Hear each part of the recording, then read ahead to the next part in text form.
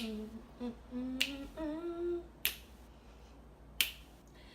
I'm happy, happy, happy.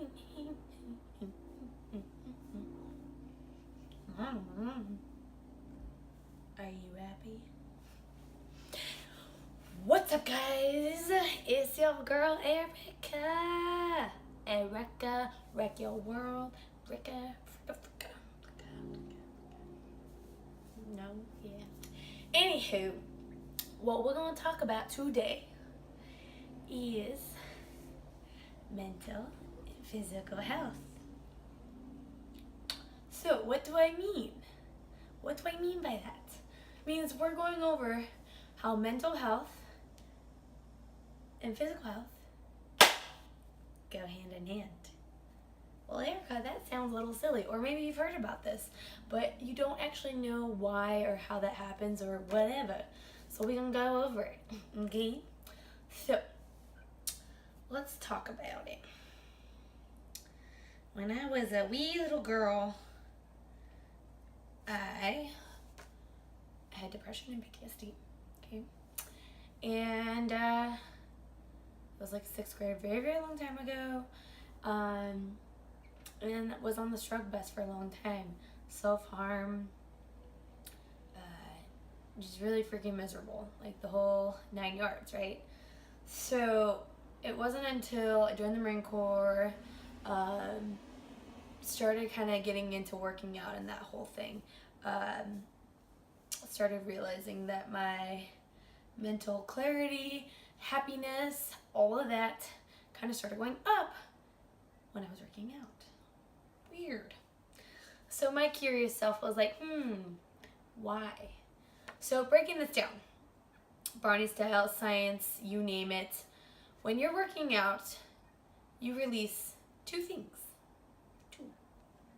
So you're getting that drive, you're getting that pump, right? You're really like flexing on them hoes, all right?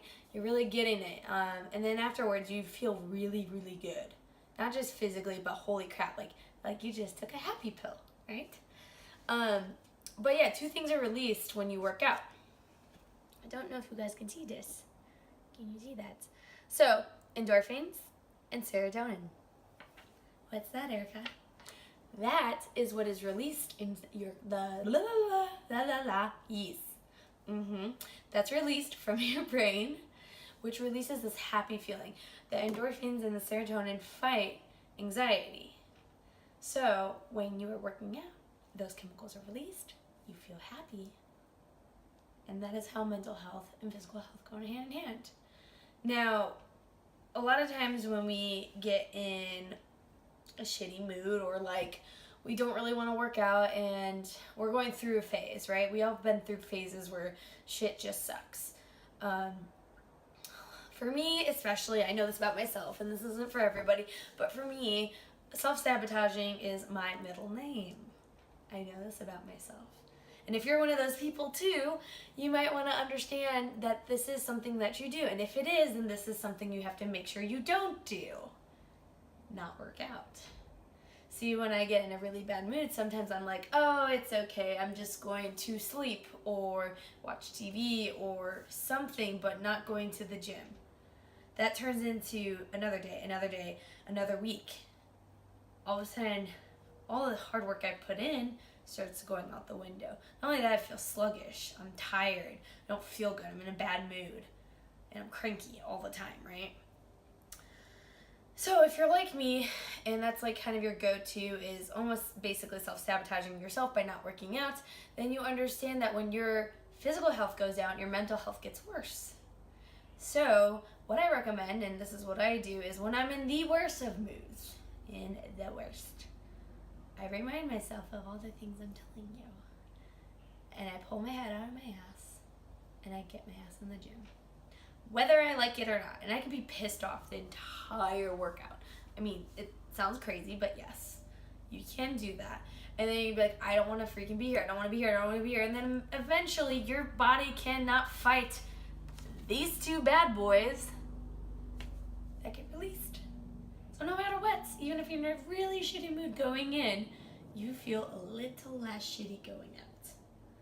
So for all my clients, and anybody that I'm friends with or anyone that's going to listen to me blabber, I always talk about how mental and physical health go hand in hand, right? So if you're one of those people that's struggling, one of the things, if you're not already doing this, and this is the first step, is getting your butt in the gym. And if you're not familiar with the gym, hire me. I'm just kidding. But for real, like if you're not familiar with the gym, find a local trainer, or if anything, just getting in there and starting doing something. That's like the first step of like many different things that you can do, right? Other things that once you further get the grasp of working out, if maybe you're already a bodybuilder or you're lifting on a regular and you know what you're doing, cool, but there's something wrong and there's still something missing. And if you watched my video from before, we talked about doing something for yourself once a week, minimum. And if that's still not working and you're still missing other things, there's a few other things you can do. Little baby things, right? So now you see this all the time. You read it in all the blogs and vlogs and all this stuff, right? And you see it on BuzzFeed and Pinterest and everything. But getting off your freaking phone. Get off your phone. Get off your phone. Key. So why I say that is studies show if you're on that, one, the blue light, and yes, iPhones can make it the yellow light now, so it's easier on the eyes. But if you're on that within, I think it's 2 hours. I go by an hour rule because it's a little too much to ask me for 2 hours. But I go by an hour rule. An hour before I'm going to sleep, I try to stay off my phone now.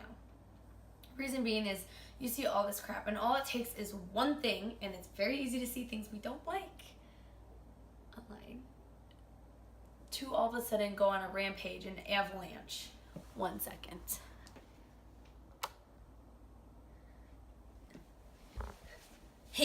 Sorry, it was telling me a low battery. Anyways, what I was saying is that all it takes is seeing one thing that we don't like, or that makes us very unhappy, angry, stressed, whatever, and then there goes your quality of sleep, right? Your brain is fogged and clogged with all this crappy crap, and then all of a sudden you got all this stuff on your brain, and you can't wonder why you can't go to sleep. So try that. Another thing I do is when I get very stressed out, very stressed out, I get really bad chest pains. For being a 24-year-old, that's not very normal. It's not good either. So what I do to kind of mitigate that and kind of get my blood pressure back low, because I tend to have a higher blood pressure when I get very stressed out, I take deep breaths. Crazy, I know, stereotypical, but for real it works. So again, this releases those chemicals too. Deep breath in through your nose. 4 seconds. Hold it in for at least 3 seconds. And then exhale through your mouth. Now do that at least 10 times. Crazy, I know. But if you are actually wanting to get better, that's another tip. That's awesome. I sound like a health freak coach person, and I am, but another thing that can affect your moods and all of that, mental clarity, fogginess, all of that, is your nutrition. So if you're eating like crap, a lot of times you're going to feel like crap. A lot of my clients anyways, when they start eating very healthy and they're on their meal plans and they're following things and they're starting to feel really good from the working out, a cleaner nutrition plan, and then they end up having a cheat meal that's not just a cheat meal but turns into a cheat weekend or something, they do feel the bloatiness, the fogginess, the grogginess, not feeling so good, not in the best moods either. Science, man, like, it sucks, but it is what it is. So understand that how you take care of your physical health goes exactly hand in hand in how you feel mentally. We are back. Another thing I wanted to go over is something that I even struggle with at times, and a lot of people struggle with, but this is something that's super duper important. Focusing on what you can control. A lot of things around us are out of our control, out of our reach. We can't do anything about it to influence it, whatever. Bad shit happens all the time. Shit happens. What I try to teach my clients and also myself is focusing on the things you can control, okay? So, for example, a relative passes away, or you get laid off from your job, or whatever. Let's start with you losing somebody. You know, that's extremely unfortunate. It sucks. There's nothing that really compares to that. But what you can control is still continuing to take care of yourself. You're allowed to mourn. You're allowed to be sad. You're allowed to feel. And I highly encourage you to cry it out and let yourself feel. And if you end up needing to talk to somebody, understand that and go talk to someone. But the other thing that you should still do is upkeep everything else while taking care of yourself. So taking a shower, continuing to hygiene, still going to try and going to sleep. I know that one sometimes sucks and it lacks and slacks when you're very stressed out. Eating healthy, you can control that. Going to the gym, you can still control that. So stuff like that. Getting laid off from a job. So being proactive. Okay, you couldn't control you getting laid off unless you were a shitty worker, and then that's some self-reflecting you need to do. But what you can control is, okay, you got laid off from your job, so let's come up with a game plan. What can you control? Let's look over that resume, right? Let's continue to look for different jobs, send out fill out applications, do interviews, get things that you can control, because you can do that instead of moping around and sitting in bed all day. Don't play the victim card. And I say that because it sucks, and I understand series of unfortunate events. It happens, and it's very easy to just sulk and play victim. Even if shit has happened to you, you sitting around and letting that affect and control you, that's within your control, and you're allowing that. So, again, keeping check with the nutrition, your physical health, and all that. Certain aspects of all I'm basically trying to say is if those two things are the things that you can control go out the window, then how much worse you're gonna get. You could have just been like, okay, your head's kind of underwater now. The next thing you know, by allowing everything else that you can control, now you're drowning. Let's see. Those are the biggest things I can recommend right now, aside from doing the one thing for yourself. So putting yourself first and still taking care of your physical health. I'm trying to think. I know I'm not as prepared for this one, so I apologize, but I will do more videos on this. These are the main meats and potatoes. So that's going to be really it for this one. If you have any questions or you have suggestions, please subscribe, leave a little comment below, or DM me, whatever. But trying to do more of these. So if you're trying to take back control of your life, it took me years, my entire life basically, to do this. But it is possible.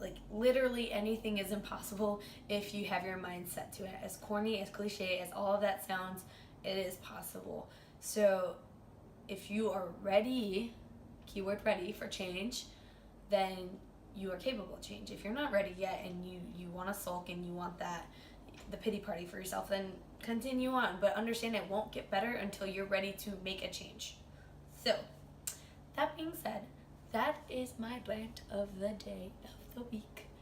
I hope you enjoyed. Hope this helped somebody. And if not, well, I don't know what to tell you. So, this channel's probably not for you.